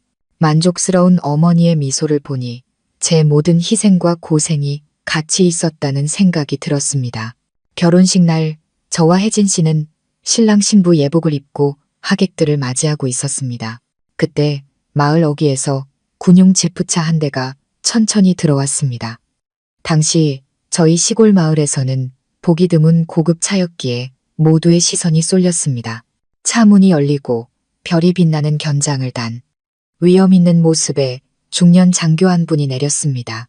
그는 키가 크고 강인한 인상이었지만 눈빛에는 깊은 슬픔이 어려 있었습니다. 그의 뒤를 따라 부관으로 보이는 병사가 내렸습니다. 혜진 씨가 기쁨에 차 소리쳤습니다. 아버지, 그리고는 제 손을 끌고 달려갔습니다. 아버지, 어떻게 예고도 없이 오셨어요? 그분은 바로 혜진 씨의 양아버지 방장군님이셨습니다. 그는 인자하게 웃으며 딸의 머리를 쓰다듬었습니다. 너희를 놀라게 해주고 싶었다. 결혼 축하한다. 두 사람. 저는 황급히 고개를 숙여 정중하게 인사드렸습니다. 장인어른을 뵙는 것은 처음이었습니다. 방장군님은 제 손을 잡으며 따뜻한 눈빛으로 저를 바라보셨습니다. 혜진이에게 자네 이야기는 많이 들었네. 우리 딸을 사랑해주고 행복하게 해주어서 고맙네. 그는 그렇게 말하며 누군가를 찾는 듯 주위를 둘러보았습니다. 순간 그의 시선이 한 곳에 멈춰섰습니다. 그곳에는 바로 집안에서 손님을 맞이하시던 저희 어머니가 서 계셨습니다. 어머니도 마침 밖으로 나오시다가 방 장군님을 보셨습니다. 그 순간 어머니의 얼굴에서 미소가 사라졌습니다. 손에 들고 있던 찻잔이 바닥으로 떨어져 산산조각 났습니다. 어머니의 얼굴은 순식간에 핏기 하나 없이 새하얗게 질렸습니다. 어머니의 눈은 놀라움과 공포, 그리고 말로 표현할 수 없는 깊은 고통으로 가득 차 커졌습니다. 방 장군님 역시 충격에 휩싸여 그 자리에 돌처럼 굳어버렸습니다. 그는 제가 단 한 번도 들어본 적 없는 이름을 떨리는 목소리로 불렀습니다. 미경. 당신, 미경이 맞소? 결혼식장의 소란스럽던 분위기는 순간 정지되었고 모든 사람의 시선이 두 사람에게로 쏠렸습니다. 숨막히는 침묵이 흘렀습니다. 저와 혜진 씨는 무슨 일이 일어나고 있는지 전혀 이해하지 못한 채 그저 멍하니 서 있었습니다. 어째서 제 장인어른이 새어머니의 이름을 알고 계신 걸까요?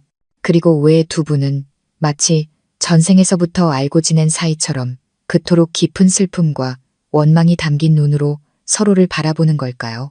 결혼식장의 분위기는 얼어붙었고 흥겨운 음악 소리는 더 이상 들리지 않았습니다. 모두가 숨을 죽인 채 저희 어머니와 그 위험 있는 장교를 번갈아 쳐다보았습니다. 어머니는 여전히 그 자리에 못 박힌 듯 서 계셨습니다. 얼굴은 새하얗게 질렸고 입술만 달싹일 뿐 아무 말도 하지 못하셨습니다. 반면 언제나 지휘관의 위엄을 잃지 않던 방 장군님은 완전히 평정심을 잃은 모습이었습니다. 그의 눈은 붉게 충혈되었고 온몸은 감정을 주체하지 못하고 떨리고 있었습니다. 미경, 정말 당신이 맞았군. 내가 당신을 얼마나 찾아다녔는지 아시오? 방 장군님은 무거운 발걸음을 옮겨 천천히 어머니에게 다가갔습니다. 어머니는 마치 감전이라도 된 듯 뒷걸음질 쳤습니다. 놀라움은 이내 깊은 원망으로 변해 어머니의 눈에서 타올랐습니다. 누구세요? 전 당신을 모릅니다. 어머니는 몸을 돌려 집 안으로 도망치려 했습니다. 하지만 방 장군님은 더 빨랐습니다. 그는 앞으로 나섰고 모두가 경악하는 가운데 그 위험 있던 장교는 저희 어머니 앞에 무릎을 꿇었습니다. 미경 씨, 제발 가지 마시오. 제발, 내가 잘못했소. 평생을 갚아도 모자랄 죄를 지었소. 하지만 제발, 단 한 번만이라도 내 말을 들어주시오. 그의 행동에 모두가 충격에 빠졌습니다. 별을 단 장군이 시골의 평범한 여인 앞에 무릎을 꿇다니 이게 대체 무슨 일인가. 혜진 씨가 황급히 달려가 양아버지의 팔을 붙잡았습니다. 아버지, 이게 무슨 일이세요? 하지만 방 장군님은 딸의 손을 뿌리쳤습니다. 그는 눈물이 가득한 눈으로 어머니를 올려다보며 이야기를 시작했습니다. 지난 30년 가까이 과거 속에 묻혀있던 이야기를요. 그의 목소리는 갈라지고 메어 있었습니다. 그의 이야기는 우리 모두를 전쟁의 상흔이 아직 가시지 않았던 어느 평화로운 시골 마을로 데려갔습니다. 알고 보니 저희 어머니와 방 장군님은 젊은 시절 같은 마을 출신으로 바로 이웃에 살던 사이였습니다. 두 사람은 소꿉친구로 자라 강둑과 오래된 느티나무 아래에서 사랑을 키웠습니다. 두 사람은 영원을 맹세했습니다. 나라가 평안해지면 그가 돌아와 그녀를 아내로 맞이하겠다고요. 하지만 전쟁이 터졌습니다. 방호준이라는 이름의 젊은 청년은 다른 청년들처럼 펜을 놓고 총을 들었습니다. 그가 떠나던 날 이미경이라는 이름의 처녀는 그의 손에 손수건 하나를 쥐어주었습니다. 거기에는 평화와 사랑의 약속을 상징하는 비둘기 한 쌍이 수놓아져 있었습니다. 그는 반드시 돌아오겠다고 약속했습니다. 군대에서 그는 용감하게 싸웠고 많은 공을 세워 빠르게 진급했습니다. 그는 언제나 그녀가 준 손수건을 부적처럼 품에 지니고 다녔습니다. 그녀의 사랑이 전쟁터의 모든 고난과 위험을 이겨낼 수 있는 가장 큰 힘이었습니다. 마침내 젊은 장교가 된 그는 그녀의 집안에 어려운 일이 생겼다는 소식을 듣고 휴가를 신청했습니다. 고향에 돌아가 일을 해결하고 그녀와 결혼식을 올릴 계획이었습니다. 하지만 고향으로 가기 위해 부대로 복귀하던 중 비극이 일어났습니다. 그가 속한 부대가 적의 매복에 걸려든 것입니다. 방 장군님의 목소리가 떨렸습니다. 끔찍한 기억이 되살아난 듯 했습니다. 포탄이 바로 옆에서 터졌고 그는 폭발의 충격으로 멀리 튕겨나갔습니다. 그의 가장 친한 전우였던 김진우라는 이름의 군인, 바로 혜진 씨의 친아버지가 망설임 없이 자신의 몸으로 그를 덮쳤습니다. 이 대목에서 방 장군님은 흐느꼈습니다. 혜진 씨도 충격에 휩싸였습니다. 자신의 친아버지가 어떻게 돌아가셨는지 이렇게 자세히 듣는 것은 처음이었습니다. 방 장군님은 이야기를 이어갔습니다. 진우는 너무 심한 부상을 입었습니다. 그는 죽기 전 그의 손을 꼭 잡고 마지막 부탁을 남겼습니다. 집에 있는 아내가 곧 처사일을 낳을 것이라고, 만약 자신이 살아남는다면 자신을 대신해 아내와 아이를 돌봐달라고 애원했습니다. 그는 약속했습니다. 죽어가는 전우 앞에서 맹세했습니다. 그 맹세는 젊은 장교의 어깨를 짓누르는 천근만근의 짐이 되었습니다. 그는 미경과 결혼하면 진우의 아내와 아이를 온전히 책임질 수 없으리라 생각했습니다. 당시 미경의 집안 사정도 어려웠기에 그녀에게까지 그 무거운 짐을 지게 할 수는 없었습니다.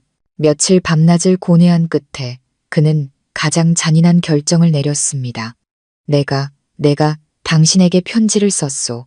방 장군님은 고통스러운 얼굴로 어머니를 바라보았습니다. 군대에서 다른 여자가 생겼다고 거짓말을 했소. 당신이 나를 원망하고 나를 잊고 새로운 행복을 찾기를 바라는 마음에 모진 말들을 썼소. 잔인하고 이기적인 짓이라는 걸 알았지만 그때는 다른 방법이 없었소. 사실을 말하면 당신 성격에 결코 나 혼자 그 짐을 지게 놔두지 않을 거라는 걸 알았기 때문이오. 당신이 나 때문에 고생하는 것보다 차라리 평생 나를 원망하며 사는 게 낫다고 생각했소. 이야기는 거기서 멈췄습니다. 결혼식장은 깊은 침묵에 잠겼습니다. 수십 년간 감춰졌던 비밀이 마침내 드러난 것입니다. 전우애를 위한 숭고한 희생, 죽은 자와의 약속을 지키기 위한 고통스러운 결정. 하지만 바로 그 결정이 서로 사랑했던 두 사람을 운명의 갈림길로 내몰았고 수십 년간의 고통과 오해를 낳았던 것입니다. 방 장군님의 이야기를 모두 들은 어머니는 더 이상 서 있을 수 없었습니다. 온몸에 힘이 빠진 듯 겨우 식탁을 붙잡고 몸을 가누셨습니다. 그랬던 것이구나. 평생을 사랑하고 또 원망했던 그 남자가 자신을 배신한 것이 아니었구나. 그는 자신의 사랑을 더 숭고한 가치를 위해 희생해야만 했던 것이구나. 30년 만에 알게 된 진실은 오래된 상처를 어루만지는 동시에 더 깊은 상처를 헤집는 칼날 같았습니다. 잃어버린 세월에 대한, 돌이킬 수 없는 오해에 대한 아픔이었습니다. 과거의 고통스러운 기억이 어머니의 머릿속에 되살아났습니다. 그 운명의 편지를 받았던 날, 그 잔인한 글자 하나하나가 바늘이 되어 꽃다운 처녀의 심장을 찔렀던 기억. 다른 사람이 생겼으니 나를 잊고 기다리지 마시오. 하늘이 무너지는 것 같았습니다. 그녀는 울고 또 울었습니다.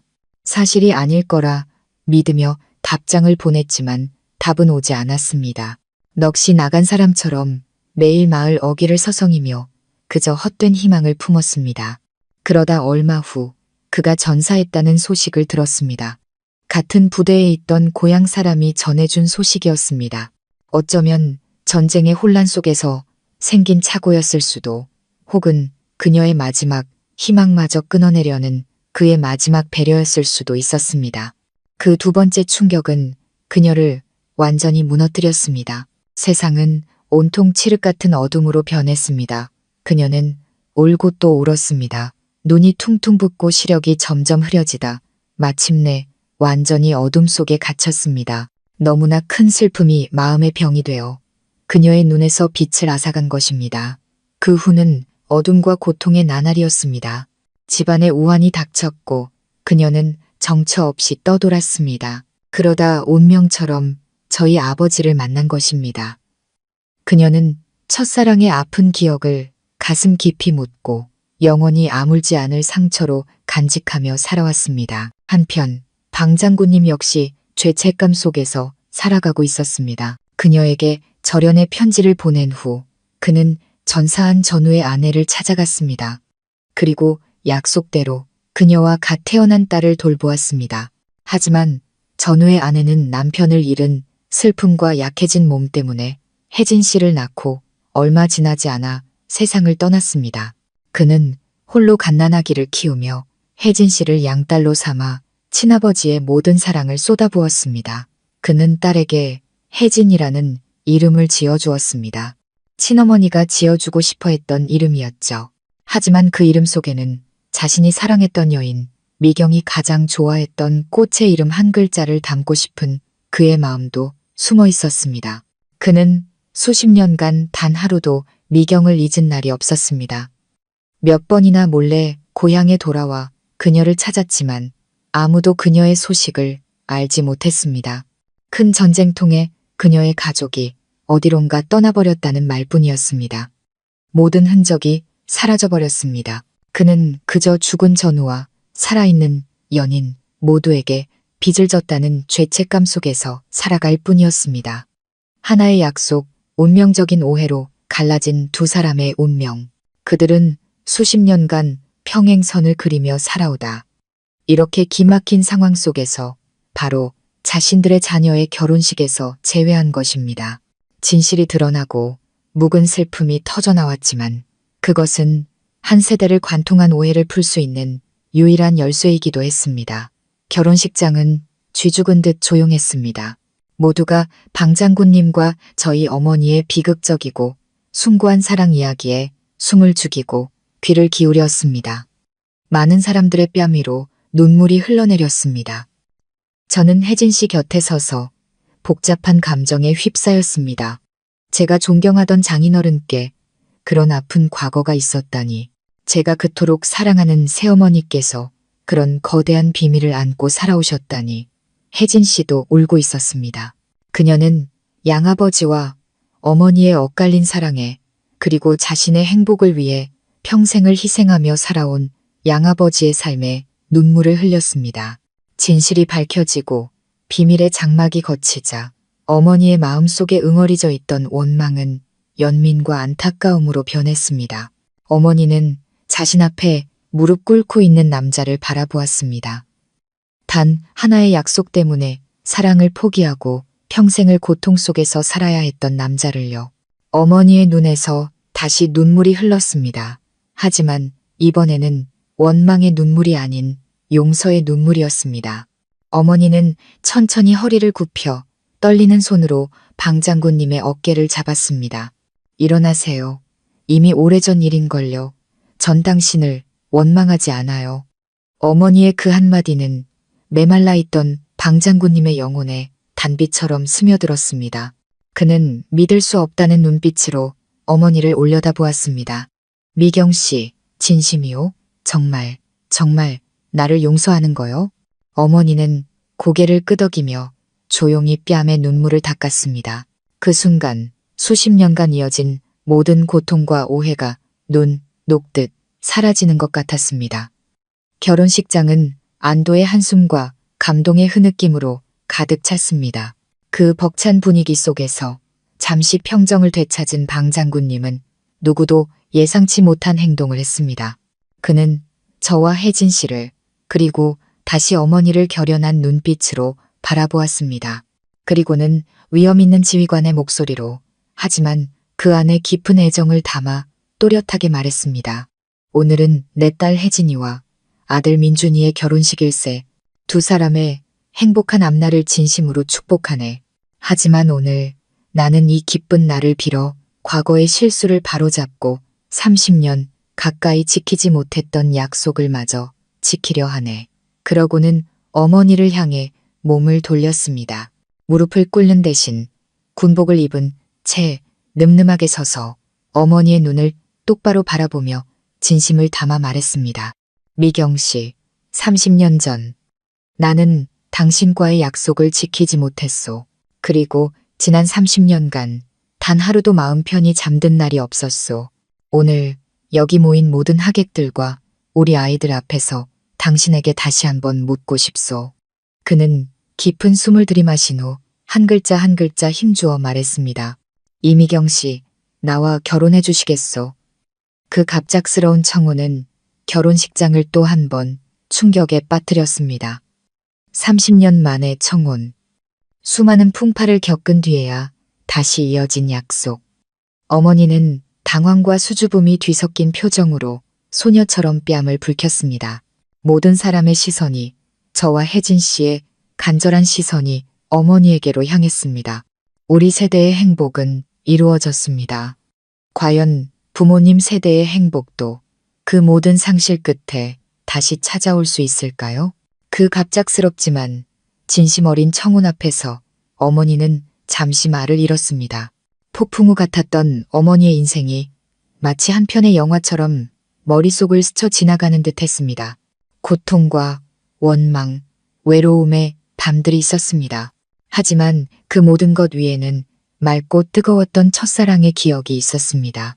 눈앞의 남자는 비록 세월의 흔적이 얼굴에 가득했지만 자신을 바라보는 눈빛만은 30년 전 그날과 똑같았습니다.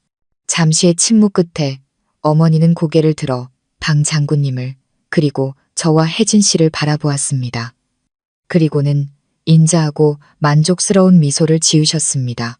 그 미소에는 말이 없었지만 그 자리에 있던 모두가 그것이 승낙의 의미라는 것을 알 수 있었습니다.